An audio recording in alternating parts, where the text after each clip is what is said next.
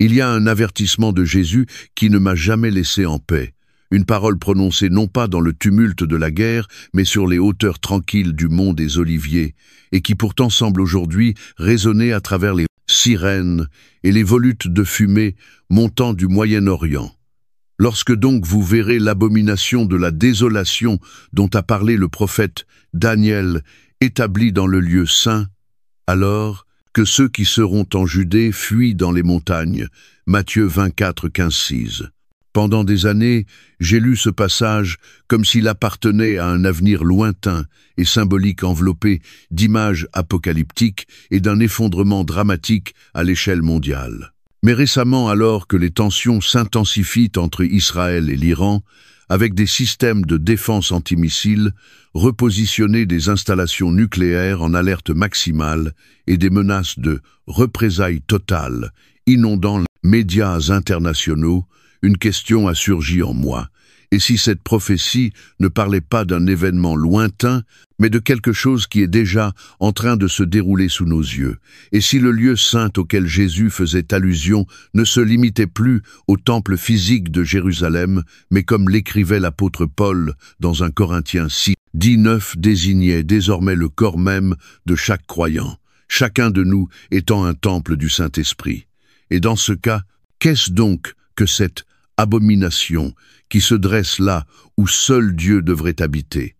Ne serait-ce pas une invasion bien plus subtile et mortelle que celle de statues dans un sanctuaire de pierre, une érosion spirituelle lente et silencieuse qui s'infiltre jusque dans le cœur même de notre consécration, alors que nos regards sont davantage tournés vers les crises mondiales que vers l'état véritable de nos âmes? Cette possibilité m'a ramené à la fois aux Écritures et aux gros titres de l'actualité, cherchant non seulement des connexions entre prophétie et politique, mais aussi entre avertissement et réveil. Et plus je scrutais, plus cela devenait clair peut être que Jésus ne désignait pas un monument de profanation à venir, mais plutôt un vide grandissant camouflé sous des habitudes religieuses qui rongent la vie spirituelle du croyant moderne. Tandis que le monde se prépare aux secousses de la guerre, ne serait-il pas possible que la véritable bataille soit déjà en train d'être perdue en silence, en profondeur, dans le secret du cœur? Alors je t'invite à cette réflexion, non, pas seulement comme un spectateur de l'actualité ou un étudiant des Écritures, mais comme une âme debout à l'intersection de l'histoire et de l'éternité. Et si le signe était déjà apparu, et si en réalité il était presque trop tard pour fuir, que cette parole suscite en nous un sérieux examen, une soif de réveil et un retour à l'essentiel, à la présence de Dieu dans le lieu saint de notre être. Avant de commencer, nous vous invitons à cliquer sur « J'aime » et à vous abonner à la chaîne.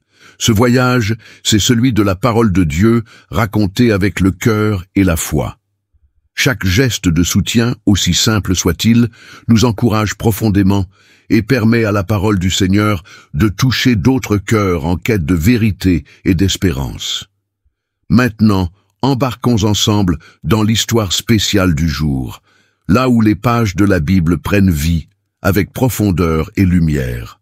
Lorsque Jésus avertit du sacrilège dévastateur établi dans le lieu saint, Matthieu 24, 15, ces paroles portaient à la fois une urgence immédiate et une profondeur prophétique sur le long terme. Dans le contexte de la Judée du 1er siècle, beaucoup y virent une allusion directe au temple physique, en particulier au Saint des Saints, ce lieu le plus intime où la présence de Dieu résidait autrefois entre les chérubins au-dessus du propitiatoire. Pourtant, cette déclaration suivie de l'exhortation à fuir semble indiquer bien plus qu'un simple moment isolé dans l'histoire ancienne. À mesure que l'on contemple ce verset à travers le prisme des Écritures et des événements actuels, notamment les tensions croissantes entre Israël et l'Iran, un schéma se dessine transcendant les frontières géographiques et les structures religieuses. Dans toute l'histoire biblique, le lieu saint, Hamakom HaKadosh, en hébreu, n'a jamais été strictement défini par la pierre ou l'or, mais bien par la présence divine. Après la destruction du temple de Salomon, puis la profanation du second temple par Antiochus IV, Épiphane, le peuple juif, comprit plus que jamais que la sainteté d'un lieu ne se maintenait pas par des rituels seuls, mais par la volonté de Dieu d'y demeurer.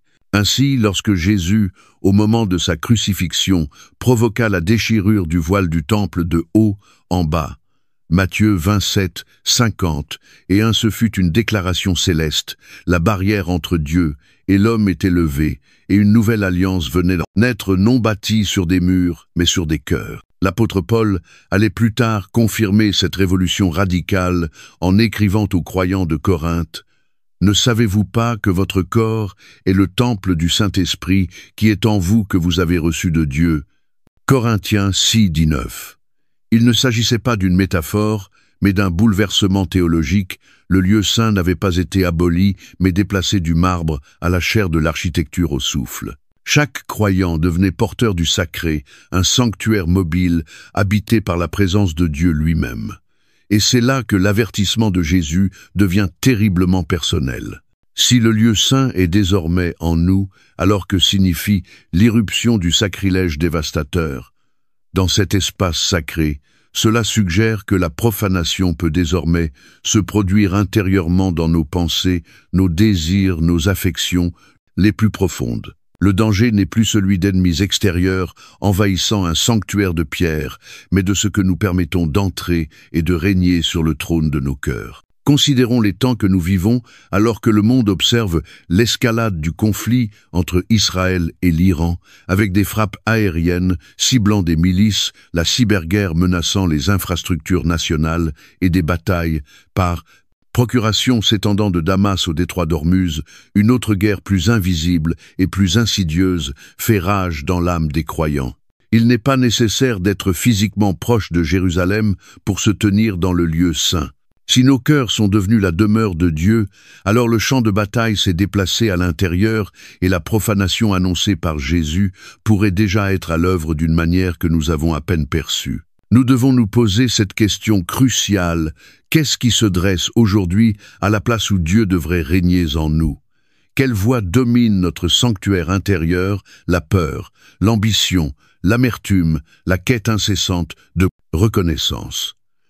Le danger de notre époque ne réside plus seulement dans l'idolâtrie faite de statues ou de divinités païennes, mais dans l'intronisation du moi, du confort, des idéologies ou des distractions érigées au-dessus de l'autorité, du Christ. Et parce que ces intrus n'ont rien de scandaleux en apparence, qu'ils prennent souvent la forme de normes culturelles ou de quêtes socialement valorisées, ils sont d'autant plus difficiles à détecter et donc plus destructeurs pour notre vitalité spirituelle. Cette invasion spirituelle est subtile. Elle murmure à travers les algorithmes et les notifications, elle s'insinue sous le masque d'une productivité effrénée, elle s'enracine dans des inquiétudes que nous avons appris à ignorer. Contrairement à la profanation d'un temple physique public et manifeste, celle-ci reste dissimulée sous des façades soignées et des apparences pieuses. À l'image du prophète Ézéchiel qui vit des idolâtries secrètes dans les chambres cachées du temple Ézéchiel, oui, nous devons aussi apprendre à sonder ce qui se cache sous la surface pour discerner ce qui habite réellement notre lieu du saint. Ce qui rend cette réflexion encore plus urgente, c'est le climat mondial actuel. Tandis qu'Israël se prépare à l'éventualité bien réelle d'un affrontement ouvert avec l'Iran, une nation dont les dirigeants appellent depuis longtemps à son anéantissement, il nous faut comprendre que l'histoire ne se déroule pas en dehors de la chronologie divine.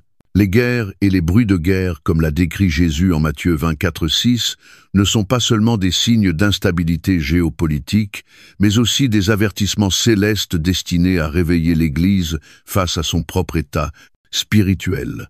L'abomination se dresse peu, être déjà dans de nombreux cœurs, et l'appel à fuir n'est pas toujours géographique, il est spirituel. Il s'agit de fuir le compromis, de fuir l'engourdissement né de la routine religieuse, de fuir les idoles que nous avons laissées s'installer dans le sanctuaire de Dieu. Nous voilà donc face à une prise de conscience solennelle, le lieu saint n'est pas loin, il est ici en nous. ce qui signifie que la menace n'est pas un chef ennemi ou une nation étrangère, mais l'échange lent et silencieux de la présence divine contre une paix factice de la consécration contre la complaisance. En ces temps de bouleversements mondiaux, prier pour la paix de Jérusalem ne suffit pas encore, faut-il discerner si le Dieu de Jérusalem règne toujours dans notre propre cœur. Car s'il n'y règne plus, alors qu'est-ce qui s'y tient à sa place et aurons-nous le courage de l'abattre avant qu'il ne soit trop tard? Si le lieu saint n'est plus un temple physique, mais le centre même de notre vie intérieure, alors la profanation dont Jésus a parlé ne prend pas la forme d'un spectacle d'idolâtrie païenne, mais de quelque chose de bien plus subtil, si discret en réalité qu'il passe souvent inaperçu jusqu'à ce qu'il ait déjà vidé le cœur de notre foi. C'est une lente érosion de la sensibilité spirituelle, un affaiblissement qui ne s'annonce ni par le scandale, ni par la rébellion ouverte, mais par la tranquillité rampante de la négligence des distractions et des affections déplacées. Au fil des années, j'ai vu de nombreux croyants, de véritables disciples du Christ, hommes et femmes, qui avaient jadis marché dans une intimité profonde avec Dieu, qui connaissaient sa parole, qui servaient fidèlement dans leurs églises, perdre peu à peu leur clarté spirituelle. Leur chute n'a pas été marquée par un échec moral brutal, ni par un reniement manifeste de la foi, mais par un lent déclin de la flamme intérieure. Ils citaient encore, les Écritures levaient les mains, durant la louange participaient au culte et s'investissaient dans les ministères, mais la lumière dans leurs regards s'était éteinte. Quelque chose d'essentiel avait changé quelque chose de si intime et silencieux que seul le Saint-Esprit pouvait véritablement en percevoir l'ampleur. Ce que j'ai fini par comprendre, c'est que cette désolation spirituelle ne surgit pas comme un orage, mais s'insinue comme le brouillard. Elle trouble les repères, émousse les sens et endort la conscience. À l'image de Samson qui se réveilla sur les genoux de Dalila sans se rendre compte que l'esprit s'était retiré de lui, Juge 6:20 nombreux sont les croyants aujourd'hui qui poursuivent les gestes de la foi inconscients que la présence qu'ils chérissaient jadis a été remplacée par l'habitude, le devoir ou la simple performance. Cette profanation intérieure commence souvent par quelque chose d'apparemment anodin, un excès d'engagement professionnel, une inquiétude non maîtrisée face à l'avenir, un besoin de reconnaissance qui se transforme en obsession silencieuse. Pris isolément, ces éléments ne sont pas péchés, plusieurs sont même justifiables et honorables. Mais lorsqu'ils commencent à occuper la place suprême dans notre cœur, lorsqu'ils influencent nos décisions plus que la voix de Dieu, ils deviennent des intrus spirituels, des idoles subtiles dressées, là où seul le Seigneur devrait siéger.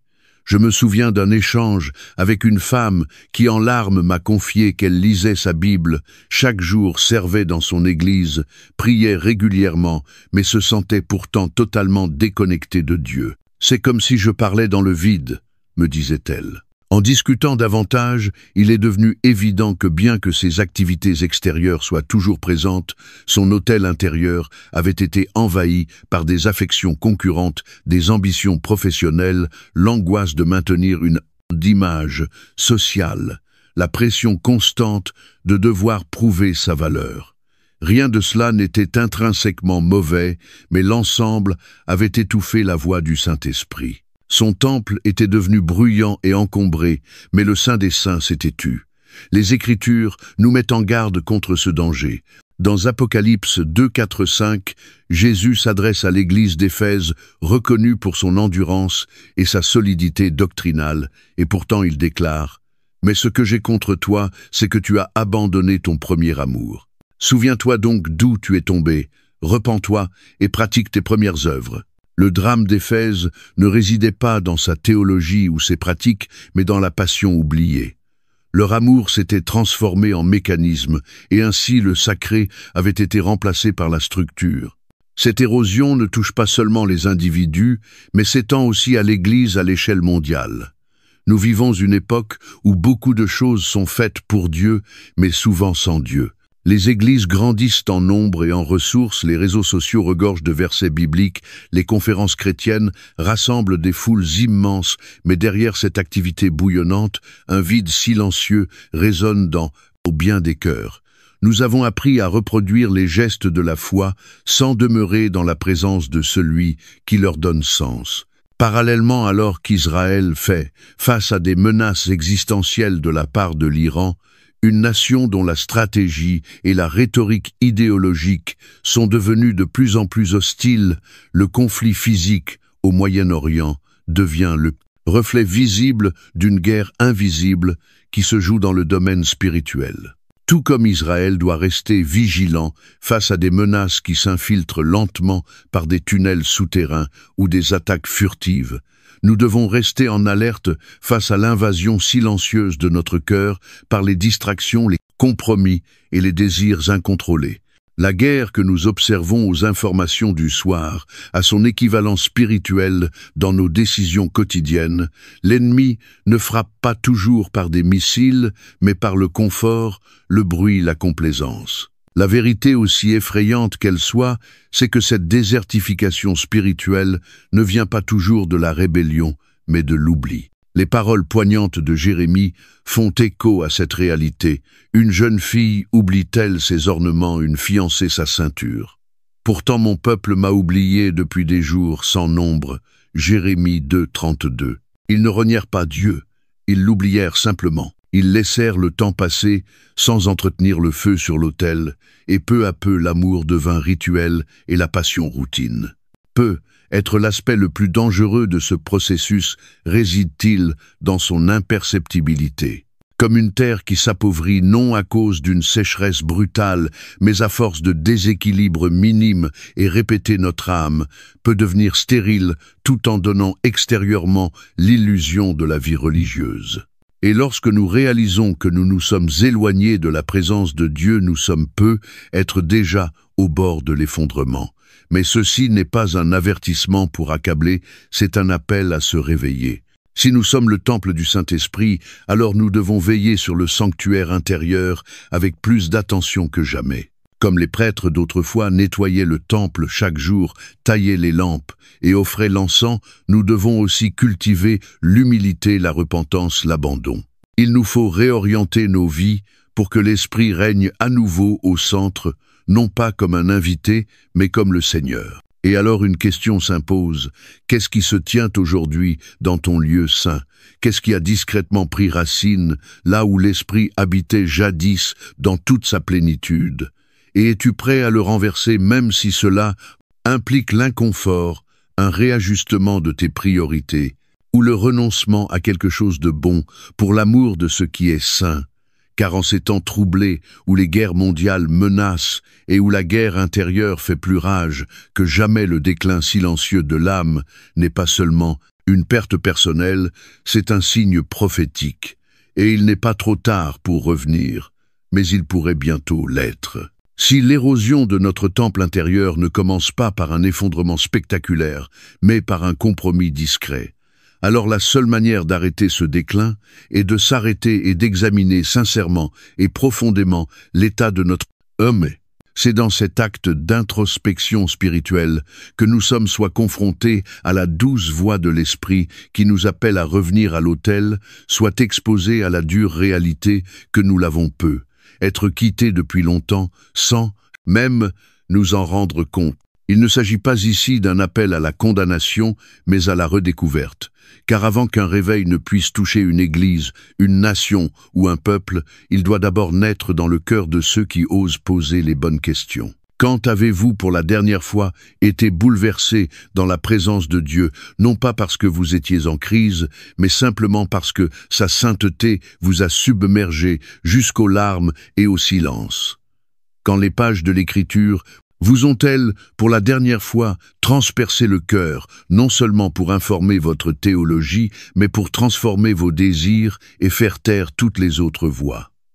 Ces questions ne sont pas rhétoriques, elles sont des diagnostics spirituels. Elles sont des miroirs reflétant l'état réel de notre communion avec le Seigneur. Dans le psaume 139, 23-24, David priait « Sonde-moi, ô Dieu, et connais mon cœur, éprouve-moi, et connais mes pensées. Regarde si je suis sur une mauvaise voie, et conduis-moi sur la voie de l'éternité. » C'est la prière de quelqu'un qui sait que l'auto-illusion n'est pas seulement possible, mais probable à moins que Dieu ne vienne révéler ce que nous avons choisi d'ignorer.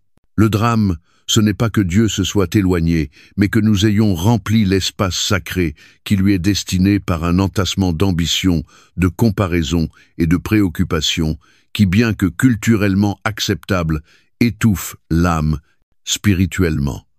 Je repense à une conversation avec un jeune homme qui avait grandi dans l'Église, servi dans les équipes de louanges et dirigé des études bibliques. Mais lorsqu'on lui demanda ce qu'il vivait dans sa relation personnelle avec Dieu, il confessa « Je ne me souviens pas de la dernière fois où j'ai prié sans regarder l'heure ou lu la Bible sans penser à comment l'expliquer aux autres, au lieu de la laisser me transformer. » Il était devenu un chrétien professionnel, fluide dans les mécanismes de la religion, mais affamé de son essence. Et bien que son histoire puisse sembler isolée, elle est en réalité tristement répandue. Cette déconnexion est exacerbée par l'époque dans laquelle nous vivons, une ère où l'attention est fragmentée, le temps dévoré par les écrans, et où même la dévotion peut devenir spectacle. De nombreux croyants mènent une vie qui semble fidèle à l'extérieur, mais qui, à l'intérieur, traverse un désert de distractions et de retard. Nous défilons plus que nous ne cherchons. Nous absorbons du contenu en permanence, mais nous nous arrêtons rarement pour laisser l'esprit parler. Et tout comme les nations comme Israël, doivent continuellement évaluer non seulement leur puissance militaire, mais aussi la solidité de leur unité intérieure, sachant qu'une maison divisée ne peut tenir lorsque le danger approche. Nous devons, en tant que temple du Dieu vivant, nous interroger sur notre fortification ou notre fragmentation intérieure. Lorsque la guerre menace, les nations réévaluent leur défense, renforcent leurs frontières et tendent l'oreille aux signes avant-coureurs du danger. Il en va de même pour nous. Le champ de bataille spirituel n'a jamais été aussi subtil ni aussi intense. Tandis que l'Iran finance des conflits par procuration et qu'Israël consolide ses alliances et ses systèmes de dissuasion, nombreux sont les croyants qui demeurent sans défense, non face à une attaque physique, mais face à une désolation intérieure déjà en marche. Et si Jésus nous a dit de fuir lorsque nous voyons l'abomination dans le lieu saint, encore faut-il savoir la reconnaître en nous. Être ne s'agit-il pas d'une statue ou d'un système, mais d'une obsession du contrôle, d'une jalousie silencieuse, d'un péché toléré ou d'un amour pour la facilité qui a discrètement pris racine et évincé le feu de l'intimité divine. Ces choses n'envahissent pas brusquement nos cœurs, elles y sont invitées par distraction et prospèrent par négligence. Je vous pose donc cette question, non avec condamnation, mais avec urgence. Quand avez-vous pour la dernière fois réorganisé votre vie autour de la présence de Dieu?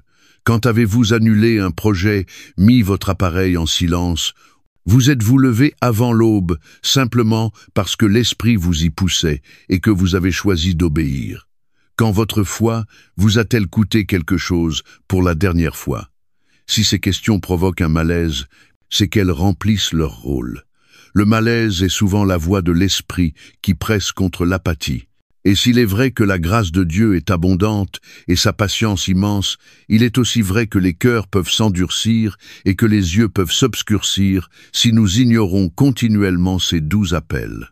Apocalypse 3:20 nous rappelle que Jésus se tient à la porte et frappe non en enfonçant la porte, ni en criant depuis les toits, mais en attendant que ceux qui sont à l'intérieur le remarquent et l'invitent à nouveau au centre. Ce moment de l'histoire où les tensions mondiales grondent et où les avertissements prophétiques résonnent plus fort que jamais n'est pas uniquement une affaire de géopolitique ou de terre lointaine. Il est aussi un miroir tendu vers l'Église, vers chaque croyant. Sommes-nous vigilants? Sommes-nous prêts? Ou nous sommes-nous endormis sous l'illusion de la routine religieuse, pendant que l'ennemi érigeait des autels en nous? Ne pouvez-vous pas arrêter les guerres qui éclatent entre les nations ou dans les cieux, mais vous pouvez reprendre autorité sur la guerre qui se joue dans votre âme. Vous pouvez purifier le temple, raviver la flamme et revenir à celui dont la présence n'est pas seulement votre refuge, mais votre raison d'être. Et tout cela commence non par des campagnes de réveil ou de grandes déclarations, mais par une seule question posée honnêtement dans la présence de Dieu. « Seigneur, suis-je encore tout à toi ?» Si cette question vous hante, c'est la grâce qui parle. Écoutez-la bien, car la porte est encore ouverte, mais le temps pour la franchir ne durera peu, être pas éternellement. Tandis que le monde observe les secousses visibles du conflit entre Israël et l'Iran, où les opérations de renseignement, les milices par procuration et les menaces voilées s'intensifient mois après mois, une autre guerre bien plus insidieuse avance sous la surface de la foi chrétienne. Contrairement au fracas des missiles ou à l'effondrement des alliances diplomatiques, ce conflit-là est silencieux stratégique intérieur. Il ne cherche pas à détruire le christianisme de l'extérieur, mais à le redéfinir subtilement de l'intérieur, à le désarmer en déformant son message, en émoussant son urgence. C'est là l'invasion silencieuse, une transformation lente presque imperceptible de l'Évangile, en quelque chose de plus doux, plus sûr et infiniment moins sacré. L'histoire nous enseigne que les révolutions les plus durables ne sont pas toujours bruyantes. Les grands empires ne tombèrent pas tous par la guerre. Souvent ils pourrirent de l'intérieur. Et de la même manière que Rome s'effondra sous le poids de la confusion morale et des compromis culturels, l'Église aujourd'hui est en péril non pas à cause de la persécution mais du confort, non pas par la violence mais par la séduction. La foi transmise au sein, une fois pour toutes Jude 1:3, se trouve aujourd'hui diluée, non par des hérétiques en révolte ouverte, mais par des voix bien intentionnées qui proposent une version plus acceptable du discipolat, une foi qui met l'accent sur la commodité, plutôt que sur la conviction, sur l'affirmation émotionnelle, plutôt que sur la transformation éternelle. Peut-être avez-vous perçu ce glissement, sans encore l'avoir nommé. Des mots comme péché, repentance et sainteté ont discrètement disparu du langage courant, remplacés par un vocabulaire centré sur le développement personnel, le bien, être et l'alignement intérieur. Ce qui était autrefois un appel à mourir à soi-même est devenu une invitation à vivre sa meilleure vie. La croix, jadis au cœur du message, devient aujourd'hui un accessoire dans des discours qui promettent la prospérité, la clarté et l'épanouissement, souvent sans le coût de l'abandon. Ce n'est pas un simple changement de ton, c'est une redéfinition de la vérité. Les Écritures avaient prévu un tel temps. En 2 Timothée 4:3-4, Paul avertit « Car il viendra un temps où les hommes ne supporteront pas la saine doctrine, mais ayant la démangeaison d'entendre des choses agréables, ils se donneront une foule de docteurs, selon leurs propres désirs, détourneront l'oreille de la vérité et se tourneront vers des fables. » Cette prophétie ne concerne pas le monde séculier, rejetant l'Évangile, mais l'Église elle-même préférant un message ajusté au confort. Et cela ne se produit pas dans des cercles marginaux, mais dans les chaires dominantes, les conférences populaires et les plateformes chrétiennes qui ont troqué la rudesse du calvaire pour le vernis des discours de motivation. Ce glissement ne s'est pas produit du jour au lendemain. Il a commencé avec une intention sincère, être plus accueillant, plus accessible envers ceux qui avaient été blessés par la religion. Et en cela, il y avait une part de vérité. Le Christ, après tout, accueillait les pécheurs. Mais en cours de route, l'invitation à venir tel que l'on est n'a plus été accompagnée de l'appel à être transformé par la grâce. Nous avons embrassé l'acceptation, mais négligé la sanctification. Nous avons voulu guérir les blessures, mais cessé d'appeler à porter la croix. Je me souviens d'un jeune pasteur brillant et passionné qui m'a confié « Je me suis rendu compte que je prêchais un évangile que je ne pouvais pas vivre. Je parlais de percée et de bénédiction, mais j'avais l'impression de vendre un produit qui ne satisfaisait même pas mon âme. » Son honnêteté m'a bouleversé, car elle révélait une vérité plus profonde. La pression de plaire, d'attirer, de retenir pousse de nombreux leaders à présenter un Jésus qui exige peu et donne beaucoup, un sauveur qui approuve mais confronte. Rarement un évangile qui réconforte mais ne transforme presque plus. Et pourtant les fruits de ce nouvel évangile semblent à première vue florissants. Les églises se développent, les événements de louange attirent des foules, les contenus chrétiens affluent en ligne. Mais sous cette surface, les racines sont superficielles. comme la semence tombée sur le sol pierreux dans Matthieu 13, 20, et cette fois pousse vite, mais se fane au moindre soleil, car elle manque de profondeur. Et quand l'épreuve réelle arrive la tragédie, le doute, l'hostilité culturelle, cette version édulcorée du christianisme, ne tient pas le choc. Cette fragilité spirituelle reflète ce que nous voyons sur le plan géopolitique. Israël, bien qu'armé et puissant, demeure menacé non par un manque de défense, mais par la complexité des stratégies ennemies. L'Iran ne frappe pas toujours par la force brute, mais par l'idéologie, les intermédiaires et la patience stratégique. De la même manière, le plus grand danger pour l'Église aujourd'hui n'est pas l'athéisme déclaré, mais la dérive théologique de petites déviations répétées jusqu'à devenir une nouvelle norme. Et tout comme les nations doivent distinguer la paix apparente de la ruse stratégique, nous devons apprendre à discerner le bruit religieux de la vérité authentique. C'est pourquoi Jésus nous a tant mis en garde contre la séduction. En Matthieu 24, 11, 12, il dit « Plusieurs faux prophètes s'élèveront, et ils séduiront beaucoup de gens, et parce que l'iniquité se sera accrue, l'amour du plus grand nombre se refroidira. » Ce n'est pas l'absence de religion qui refroidit l'amour, c'est l'abondance d'une religion contrefaite. Le drame de notre époque, ce n'est pas que les gens quittent l'Église, c'est qu'ils adoptent une version du christianisme qui ne demande rien, ne coûte rien et ne change rien. Ce qu'il y a de plus inquiétant dans cette transformation, c'est qu'elle est devenue normale. Ce qui autrefois éveillait l'alarme spirituelle est aujourd'hui perçu comme stratégie efficace. On célèbre la croissance numérique sans interroger la profondeur.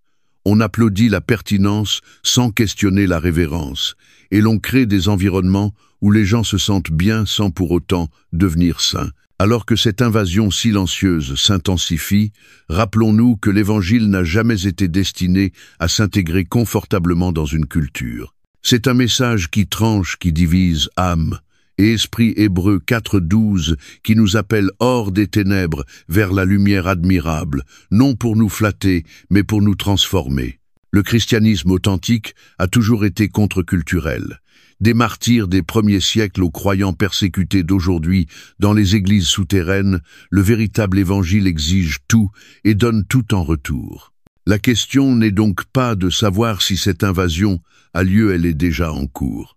La vraie question est la voyons-nous et sommes-nous prêts à lui résister? Non, pas par révolte ou polémique, mais par la repentance, la vérité et un retour à la puissance brute de la croix et à la grâce sans compromis du Christ. Car tandis que le monde scrute les points chauds du Moyen-Orient, les véritables lignes de front pourraient bien se trouver plus près de nous, dans les chairs, sur les plateformes, et plus urgemment encore dans nos cœurs.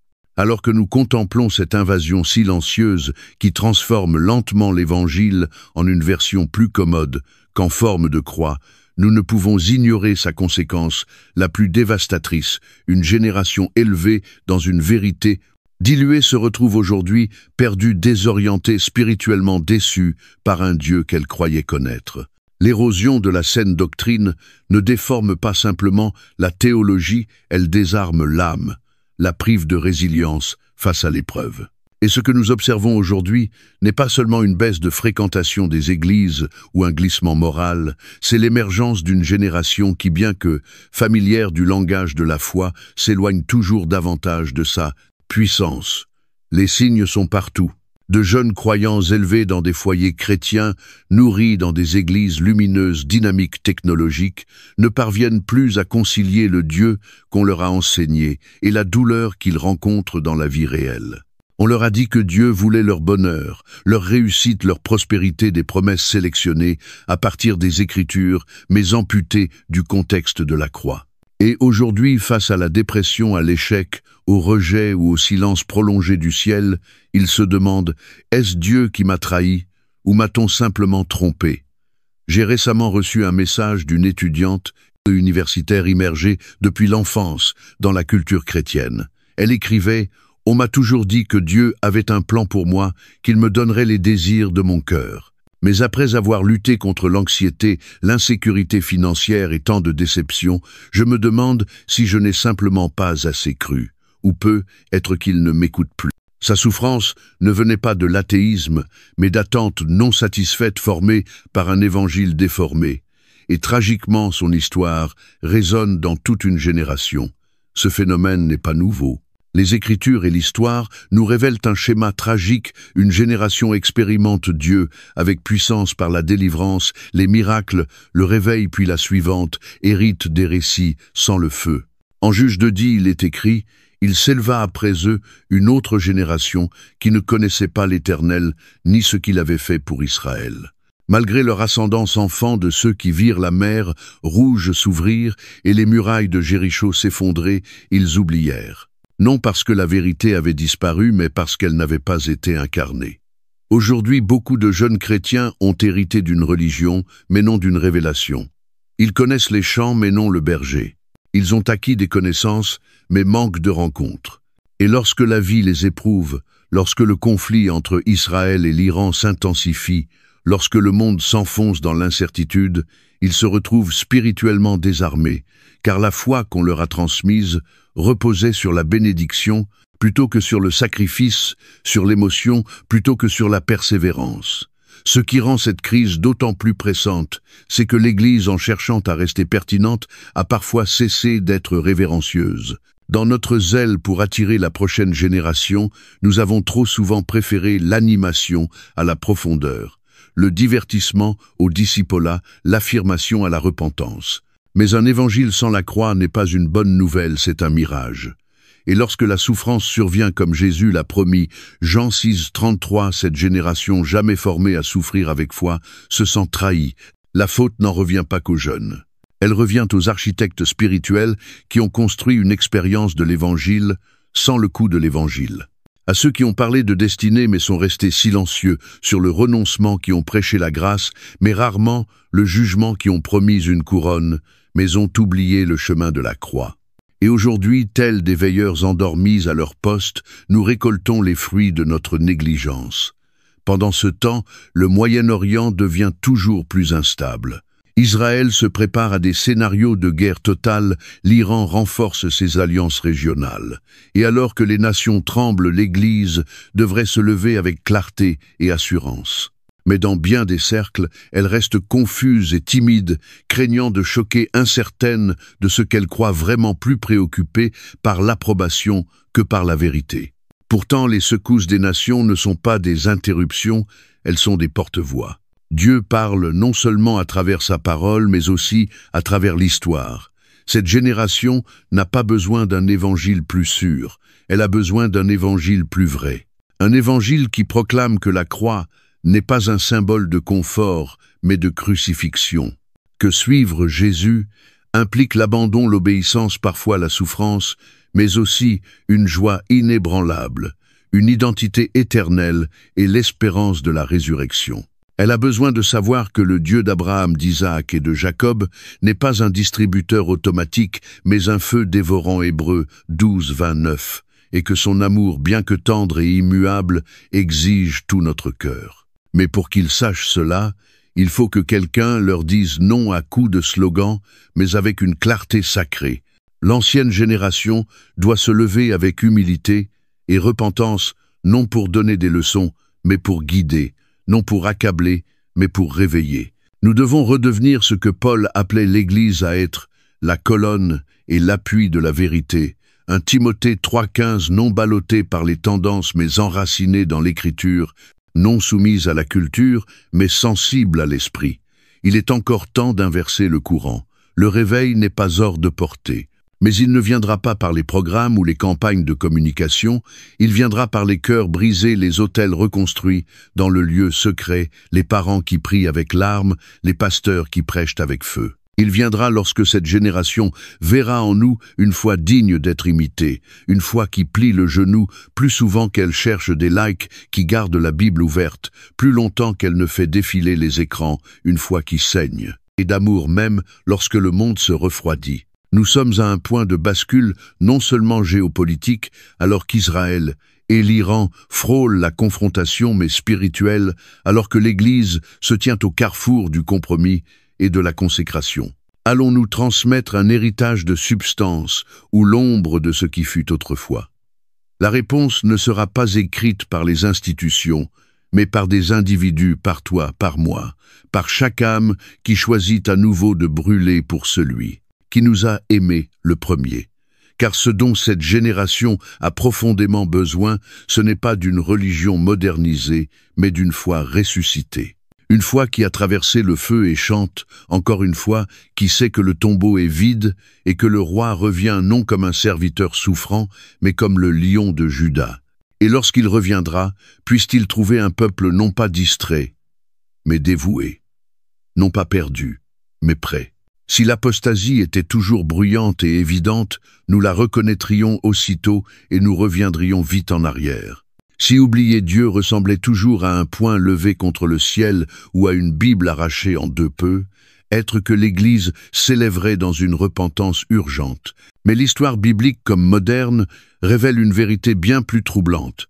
Dieu est souvent oublié non dans un moment de révolte, mais au fil des années dans un glissement lent fait de compromis, de distractions et de dérives intérieures. Ce n'est pas toujours la défiance qui nous éloigne de lui, mais la familiarité, la commodité, le succès. Cet oubli ne surgit pas avec fracas, il s'insinue silencieusement vêtu de routine parée de confort, justifié par de bonnes intentions. Dans l'histoire d'Israël, ce schéma se répète comme un refrain tragique. Chaque fois que la nation connaissait une délivrance ou une bénédiction, qu'il s'agisse de la mer qui s'ouvre de victoires militaires ou de la manne tombée du ciel, le peuple se réjouissait, faisait des promesses de fidélité, reconstruisait parfois l'autel.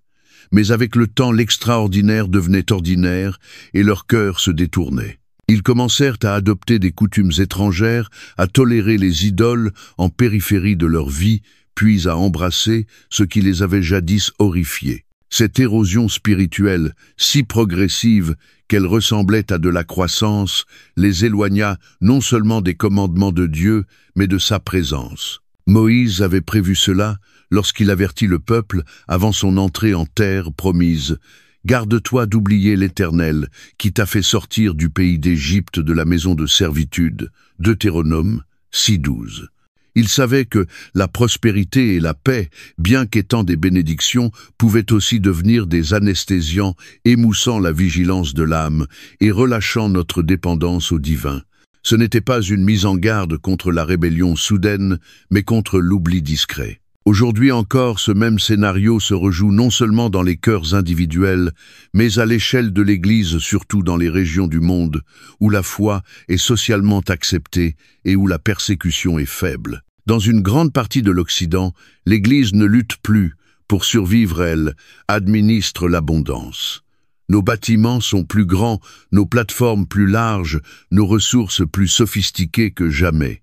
Et pourtant, une question s'impose, sommes-nous plus proches de Dieu que nous ne l'étions dans les saisons de feu et de famine, ou avons-nous simplement appris à vivre sans sentir son absence? Ce n'est pas une simple réflexion théorique, c'est un avertissement prophétique. En Jérémie 2:32, Dieu dit par la bouche du prophète, « Une jeune fille oublie-t-elle ses ornements, une fiancée sa ceinture?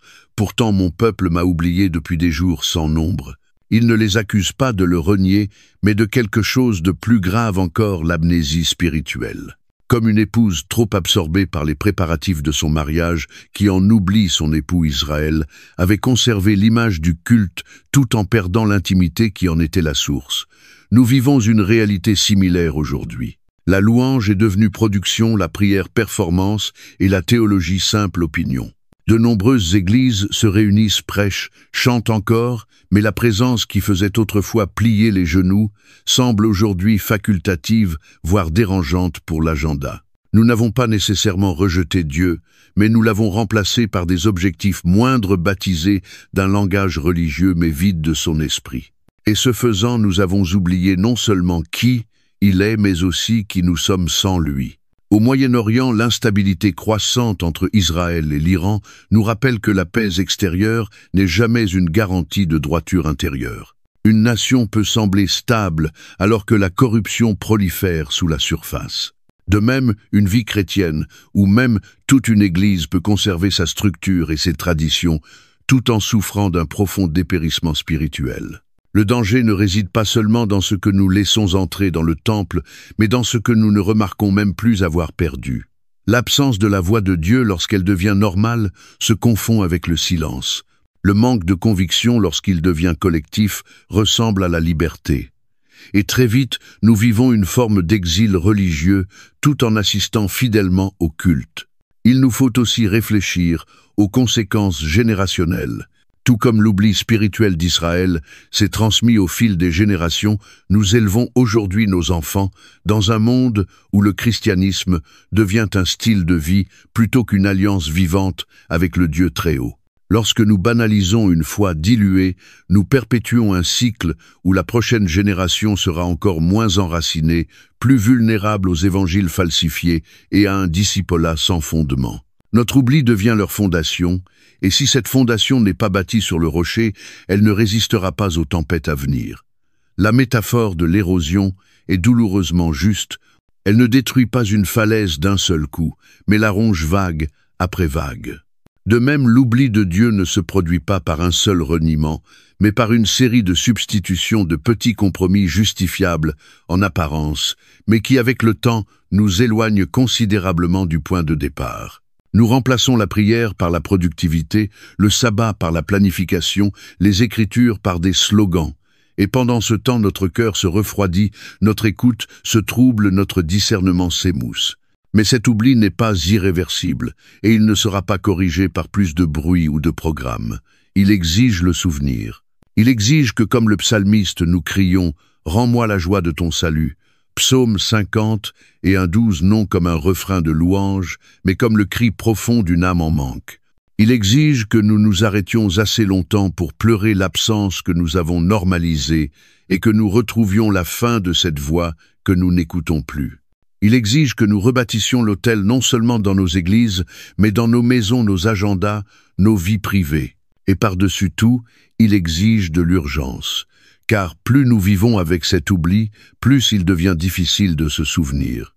Tout comme les tensions montent sur le plan géopolitique avec Israël, qui se prépare à des menaces iraniennes, autrefois considérées comme de simples paroles en l'air, nous devons spirituellement nous préparer non contre des ennemis visibles, mais contre l'estompage intérieur de la conscience divine. Car l'ennemi est rusé, et sa plus grande arme n'est pas l'épée, mais le murmure « Tu vas bien ». Même sans lui. Refusons de croire ce mensonge un instant de plus. Revenons non avec des gestes tièdes, mais avec des cœurs brisés et contrit Psaume 50 et un 17, ceux que Dieu ne méprise jamais. Rappelons-nous ce que c'était, quand sa présence remplissait la pièce, quand sa parole brûlait dans nos os, quand l'autel n'était pas une scène. Rappelons-nous de lui non pas seulement en souvenir, mais en alliance, en obéissance, en amour, car c'est en nous, souvenant de Dieu, que nous nous retrouvons nous-mêmes. Et en le retrouvant, nous retrouvons tout ce que nous avions perdu. En retraçant l'arc de l'oubli spirituel et de son invasion insidieuse dans les espaces sacrés de notre vie, nous arrivons inévitablement à l'un de ces symptômes les plus révélateurs, le dérèglement silencieux de nos priorités. Oublier Dieu ne commence que rarement par le rejet, cela commence par le déplacement. Cela se produit lorsque des choses bonnes, même nécessaires, viennent doucement usurper le trône qui n'appartient qu'à Dieu. Peu à peu, presque imperceptiblement, l'Éternel cède à l'urgent, le sacré est écarté au profit du stratégique, et sans même nous en apercevoir, l'architecture de notre vie s'organise autour de ce que nous avions pourtant un jour juré de soumettre. Nous vivons dans un monde qui glorifie l'activité, la discipline, l'ambition et la réussite des vertus certes à leur juste place, mais des idoles lorsqu'elles prennent le dessus sur la voie de Dieu. Il ne s'agit pas d'un simple dilemme culturel, c'est une crise spirituelle. Le danger ne réside pas dans la recherche de l'excellence, mais dans ce basculement discret où la carrière, la sécurité, la réputation ou même le ministère deviennent l'axe autour duquel tout tourne, tandis que Dieu devient un compartiment important mais non central, consulté mais rarement obéi. Et lorsque la présence divine est reléguée dans l'ordre de nos affections et de notre attention, ce qui reste, c'est un temple encore orné d'activité, mais vide de feu. Cette inversion des priorités n'est pas nouvelle. Jésus l'a confronté à maintes reprises, notamment dans son exhortation percutante de Matthieu 6,33. « Cherchez d'abord le royaume de Dieu et sa justice, et tout cela vous sera donné par-dessus. » Il ne nie pas nos besoins humains, il les réordonne. Il ne nous demande pas de vivre sans souci pour notre subsistance ou nos responsabilités, mais de veiller à ce que ces choses ne détrônent jamais celui dont toute bénédiction procède. Lorsque cet ordre est brisé, notre vie peut encore fonctionner en apparence, mais à la racine, elle se dessèche. Je me souviens d'un entrepreneur chrétien dont la vie professionnelle était florissante, son entreprise s'internationalisait, il était respecté dans son domaine. Et pourtant, les larmes aux yeux, il me confia. Je peux lire un rapport financier avec clarté, mais lorsque j'ouvre la Bible, elle me paraît étrangère. J'ai maîtrisé les systèmes et les stratégies, mais je me sens étranger à l'esprit. Ce n'était pas un aveu d'échec, mais de désalignement, un cœur désynchronisé du ciel, non par rébellion, mais par redirection. Cette histoire fait écho à toute une génération qui a appris à optimiser chaque instant, mais qui n'a pas été formée à reconnaître la présence de Dieu. Nous nous préparons plus sérieusement pour nos réunions que pour la prière, nous passons plus de temps à façonner notre image publique qu'à cultiver une vie privée de louanges, et nous étudions davantage les marchés que la parole qui soutient notre âme. Ce déséquilibre n'est pas seulement malsain, il est spirituellement dangereux. Car un cœur saturé d'informations, mais privé de révélation, devient insensible aux murmures de l'esprit. La Bible nous avertit de ce qui arrive lorsque cette inversion devient une norme. En Agé 1,4-6, Dieu reproche au peuple d'Israël. « Est-ce le moment pour vous d'habiter vos maisons lambrissées tandis que ce temple est en ruine? Vous semez beaucoup, mais vous récoltez peu. Vous mangez, mais vous n'êtes pas rassasiés. Vous buvez, mais vous n'êtes pas désaltérés. » Le peuple ne vivait pas dans le péché manifeste, il était simplement trop occupé à bâtir ses propres priorités pour remarquer que le temple tombait en ruine. Ils étaient actifs mais vides, productifs mais insatisfaits. Cette condition spirituelle se camoufle souvent derrière la réussite, ce qui la rend d'autant plus trompeuse. Comme les anciens Israélites qui pensaient être bénis à cause de leur prospérité, nous aussi pouvons confondre stabilité matérielle et vitalité spirituelle. Mais les deux ne sont pas synonymes. En réalité, l'histoire et l'écriture nous enseignent que les temps d'abondance matérielle sont souvent les plus dangereux spirituellement, car ils nous habituent subtilement à dépendre de nous-mêmes plutôt que de Dieu.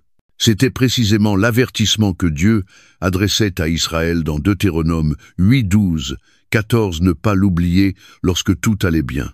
Dans cette perspective même, l'instabilité géopolitique actuelle entre Israël et l'Iran devient une métaphore frappante. Israël, l'une des nations les plus avancées sur le plan technologique et militaire, vit pourtant dans une tension constante, non à cause d'un manque de force, mais en raison de menaces permanentes, visibles comme invisibles. De la même façon, de nombreux croyants aujourd'hui sont équipés, instruits, organisés, mais restent spirituellement vulnérables, car leur défense est bâtie sur leur performance extérieure plutôt que sur leur communion intérieure. La véritable guerre n'est pas toujours là où le monde la croit, elle se joue dans l'orientation de l'âme, là où se prennent les décisions et où les autels sont entretenus ou abandonnés. Et si nous sommes honnêtes, beaucoup d'entre nous ont fait la paix avec leur cœur divisé. Nous avons accepté une vie où Dieu est important mais non suprême, où les disciplines spirituelles sont reconnues mais non pratiquées avec urgence, où la poursuite de l'appel a remplacé la poursuite du Christ. Et le drame, c'est que cette condition paraît normale, voire respectable, car elle correspond parfaitement aux standards de ce monde. Mais Jésus ne nous a jamais appelés à l'équilibre, il nous a appelés à l'abandon total. Le remède alors ne réside pas dans une meilleure gestion du temps ou une réduction des obligations, il s'agit d'une réorientation radicale. Il s'agit de retrouver le premier amour, de détrôner délibérément toute affection rivale et de rétablir Dieu comme véritable point cardinal de notre vie. Cela implique de dire non à des choses bonnes lorsqu'elles rivalisent avec ce qui est divin. Cela signifie choisir le silence plutôt que le bruit, l'écriture, plutôt que la tendance, l'obéissance, plutôt que la commodité. Cela veut dire revenir à l'autel et se souvenir que le feu ne tombe pas sur des foules ou des programmes, mais sur des sacrifices. Et peut être que la vérité la plus solennelle est celle-ci si nous ne réordonnons pas volontairement notre vie autour de la présence de Dieu, elle sera ordonnée à notre place par des forces qui ne se souciaient nullement de notre âme. La culture nous dira ce qui a de la valeur, le marché ce qu'il faut poursuivre, et nos peurs ce qu'il faut protéger. Mais aucune de ces voies ne nous conduira à la croix, et aucune ne produira la paix qui ne vient que d'une vie justement ordonnée sous la seigneurie du Christ. Alors, aujourd'hui, la vraie question n'est pas es-tu occupé, mais es-tu aligné, ton agenda est peu, être rempli, mais ton cœur est-il rempli de lui car, dans un monde embrasé par les distractions, la plus grande forme de résistance, c'est une vie qui met Dieu en premier non comme un slogan mais comme une structure, non comme une option mais comme une alliance. Et c'est dans cette posture d'alignement sacré que nous redécouvrons non seulement qui est Dieu, mais qui nous avons toujours été appelés à être. Si le réagencement de nos vies nous éloigne de l'autel de Dieu, alors l'un de ses effets les plus périlleux n'est pas seulement un affaiblissement de notre dévotion, mais une déformation du message lui-même. Un évangile qui n'est plus centré sur Christ, mais recentré sur l'homme, devient non seulement inefficace, il devient dangereux. Ce qui devait sauver, sanctifier et nous appeler au renoncement se transforme peu à peu en outil d'affirmation de soi, de réussite personnelle et d'accomplissement individuel. Et une fois ce glissement amorcé, une fois que l'Évangile perd sa croix, il conserve son langage, mais perd sa puissance. Voilà le danger d'un Évangile désaligné, il est toujours proclamé, au nom de Jésus prêché, depuis les chairs partagées sur les réseaux, mais son cœur a été subtilement remplacé. Le message n'est plus « viens et meurs », mais « viens et épanouis-toi ». Il ne résonne plus avec les paroles de Paul en Galates 2:20. « J'ai été crucifié avec Christ, ce n'est plus moi qui vis, c'est Christ qui vit en moi », mais propose plutôt une version où Christ est là pour améliorer notre vie, non pour la transformer. Ce qui rend cette mutation si difficile à discerner, c'est qu'elle porte l'apparence de la bénédiction. Les églises se remplissent, les abonnés se multiplient, les programmes s'étendent, les témoignages abondent non pas forcément de repentance ou de sainteté, mais de confort, de prospérité et de découverte de soi.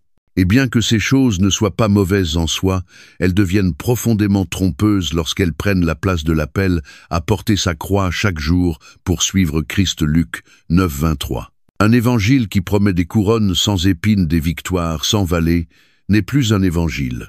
C'est un mirage qui conduit les foules vers un désert de désillusion.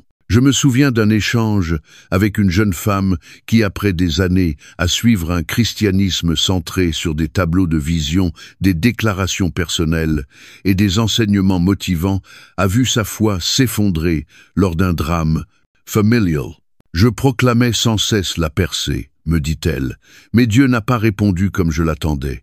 Maintenant, je ne sais même plus s'il est réel.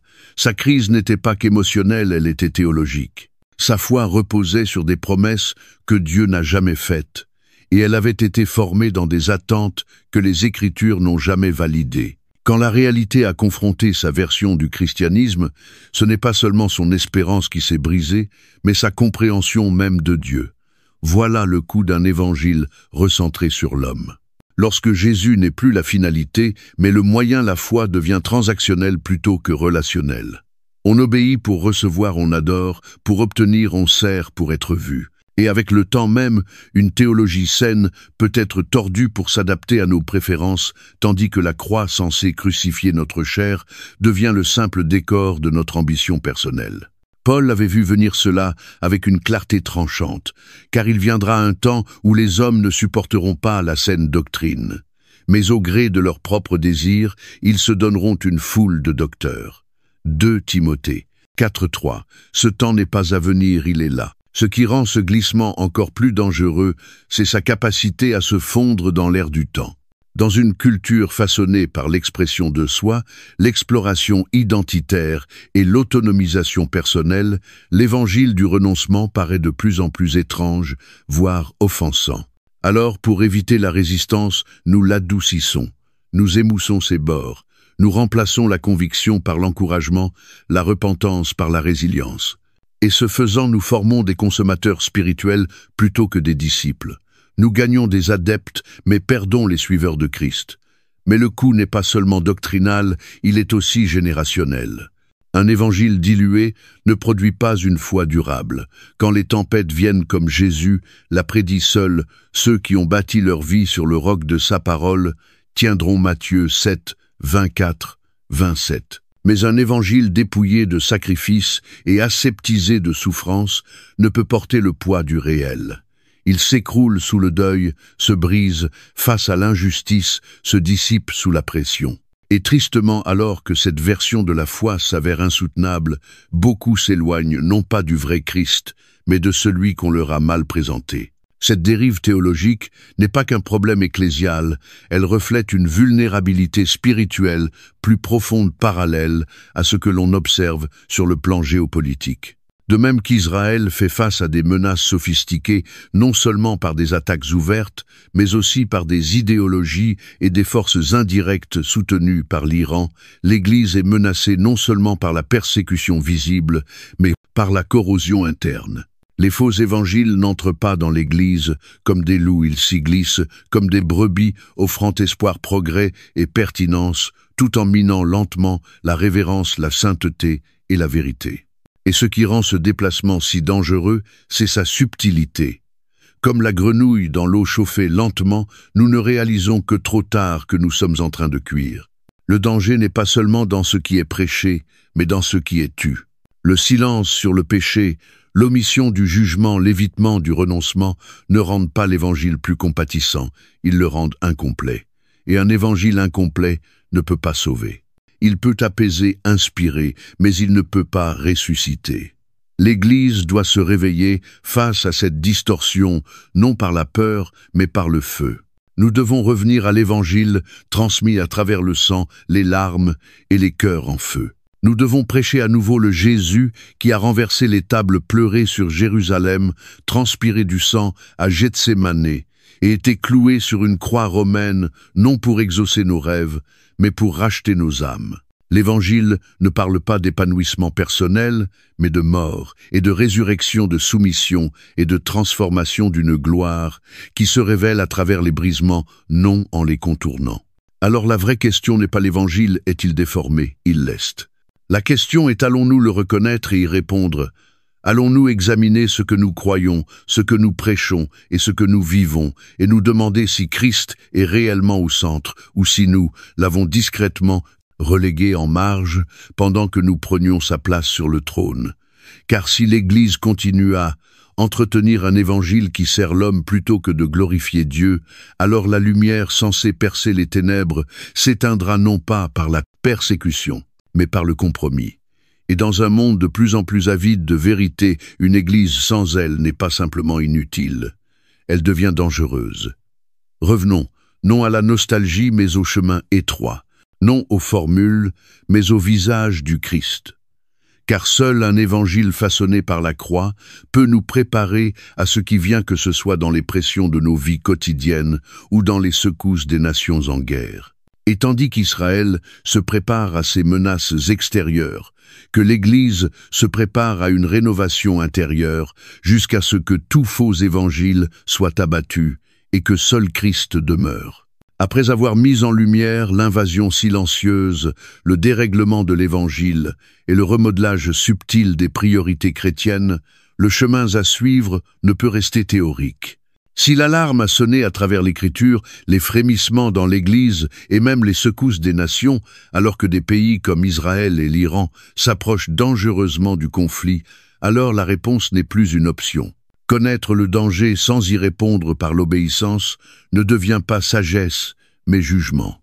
La révélation exige une réponse, et la conviction sans action ne fait qu'approfondir le fossé entre ce que nous savons et ce que nous vivons. C'est ici que la réflexion doit céder la place à la repentance et que la prise de conscience doit se transformer en action. Tout comme Israël était autrefois rappelé non seulement à reconnaître son égarement, mais à revenir avec urgence, nous devons comprendre que le réveil spirituel ne commence pas par une émotion, mais par une décision. En Joël 2,12-13, le Seigneur déclare « Revenez à moi de tout votre cœur avec des jeûnes, avec des pleurs et des lamentations. Déchirez vos cœurs et non vos vêtements. » Ce cri n'appelle pas à un spectacle, mais à une réalité intérieure, pas à des signes extérieurs de chagrin, mais à un changement profond d'allégeance. Ce retour nécessite de redéfinir ce que signifie être fidèle. Le discipolat n'est pas un événement ponctuel, mais une posture quotidienne, une obéissance prolongée dans la même direction où l'on résiste activement à la dérive vers la paresse spirituelle et où l'on poursuit la communion avec Christ même lorsque cela coûte notre confort. Tout comme la santé physique ne se maintient pas par un seul repas ou une seule séance de sport, la santé de l'âme exige nourriture constante, vigilance et discipline. Sans cela, la lente décomposition reprend.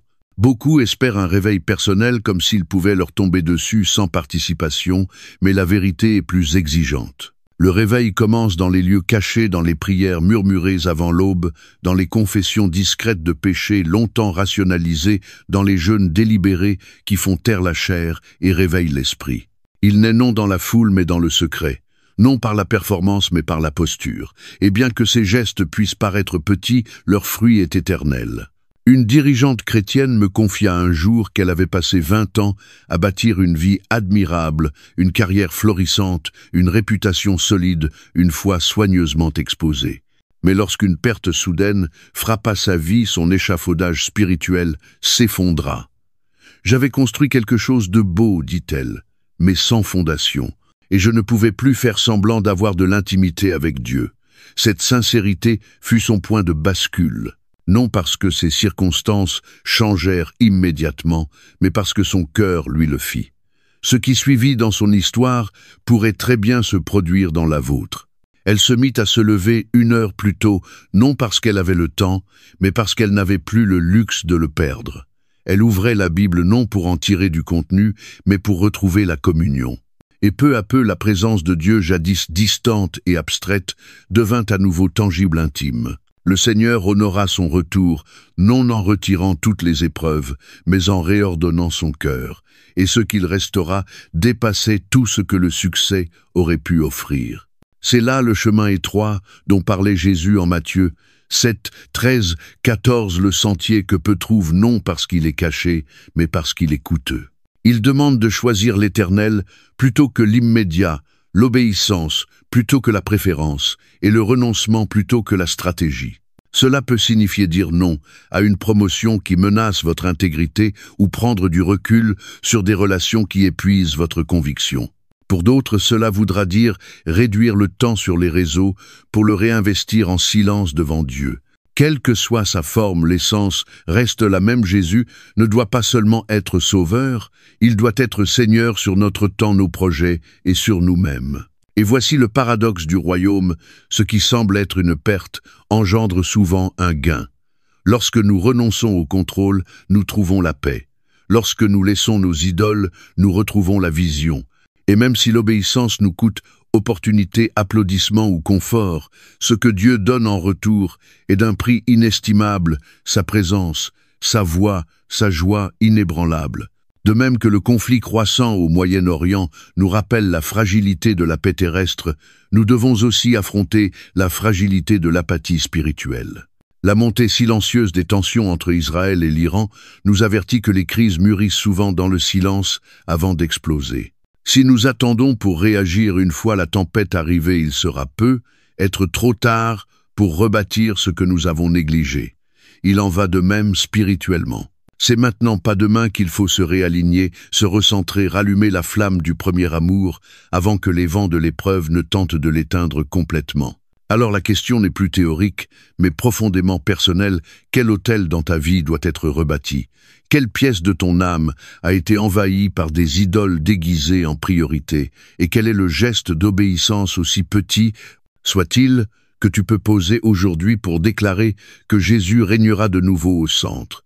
Que ceci ne soit pas un moment de plus d'inspiration sans transformation.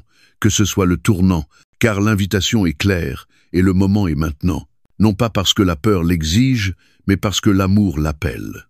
Et le même Christ qui a averti du désert spirituel est aussi celui qui t'attend les bras ouverts pour restaurer ce qui a été perdu, rallumer ce qui s'est refroidi et renouveler ce qui peut encore être racheté. Une fois l'appel à l'action, entendu une fois le cœur touché par la repentance et le désir de retour, une question plus profonde s'impose avec honnêteté et courage. Suis-je réellement prêt à prendre une décision qui ne transforme pas seulement mes intentions, mais toute ma trajectoire? Ce n'est pas un simple ajustement de surface, ni une résolution saisonnière. C'est ce que les Écritures décrivent comme un réalignement radical, un abandon total qui place toute chose sous l'autorité de Christ. Et bien que ce genre de décision ne soit jamais facile, elle est la seule voie vers une vie marquée à la fois par un poids éternel et une paix durable. Être radical, dans le sens biblique le plus pur, ce n'est pas tomber dans l'extrémisme, c'est revenir à la racine radix de ce que signifie véritablement suivre Jésus. C'est vivre comme si ces paroles n'étaient pas de simples idées inspirantes, mais des impératifs divins. En Luc 14, 27-28, Jésus déclare « Celui qui ne porte pas sa croix et ne me suit pas ne peut être mon disciple. » Car lequel de vous, s'il veut bâtir une tour, ne s'assied d'abord pour calculer la dépense? Il ne s'agit pas d'une métaphore pour illustrer un confort spirituel, mais d'un appel à mourir à soi-même.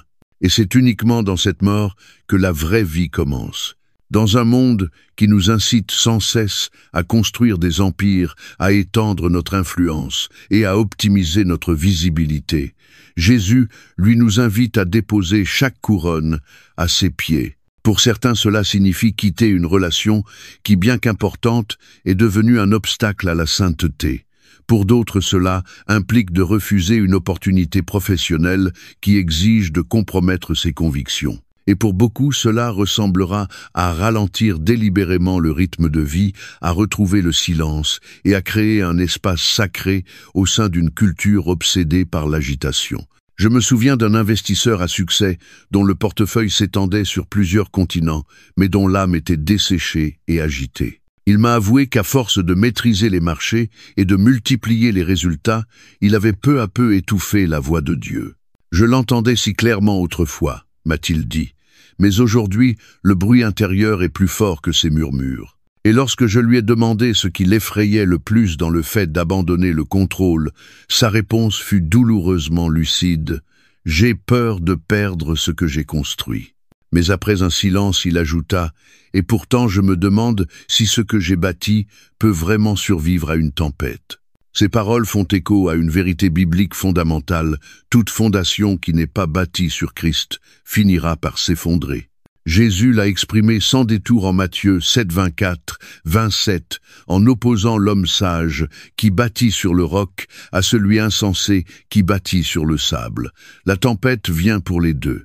La seule différence se trouve dans la racine, pas dans le toit. Et en cette époque de grande instabilité spirituelle, où la désintégration intérieure reflète l'instabilité des régions comme Israël et l'Iran, nous ne pouvons plus nous permettre de bâtir nos vies sur des fondations mouvantes. Le monde nous prouve chaque jour avec une urgence croissante que toute sécurité en dehors de Dieu est une illusion. Faire le choix radical de suivre Christ totalement aura forcément un coût. Il pourra coûter le confort, la réputation, certaines opportunités ou même des relations précieuses. Mais ce que nous gagnons en retour transcende toute richesse terrestre. Paul exprime cet échange avec puissance dans Philippiens 3:8. « Je regarde toute chose comme une perte à cause de l'excellence de la connaissance de Jésus-Christ mon Seigneur. » Il ne parle pas en homme qui a peu perdu, mais en homme qui a tout abandonné. Et dans ce renoncement, il a trouvé une joie et une identité que le monde ne pourra jamais offrir. La transformation véritable ne se produit pas aux marges de nos vies, mais en leur centre. Et lorsque Jésus cesse d'être un compartiment pour devenir le roi de nos désirs, de nos disciplines, de nos rêves et de nos décisions, tout le reste trouve sa juste place. Cela ne signifie pas l'absence d'épreuves, au contraire, cela ouvre souvent la porte à davantage de tests. Mais cela introduit aussi une paix et une clarté profonde qu'aucun succès extérieur ne saurait imiter. C'est là que l'abandon radical devient force rayonnante. Le croyant qui perd sa vie la retrouve non dans la même forme, mais renouvelée, remplie de l'esprit, orientée par l'éternité. Et quand les tempêtes se lèveront, car elles se lèveront tout comme les secousses politiques, font trembler les nations et que les alliances se recomposent au Moyen-Orient, l'âme enracinée en Christ restera inébranlable. Mais une telle vie ne s'atteint pas par accident. Elle se choisit, elle se combat.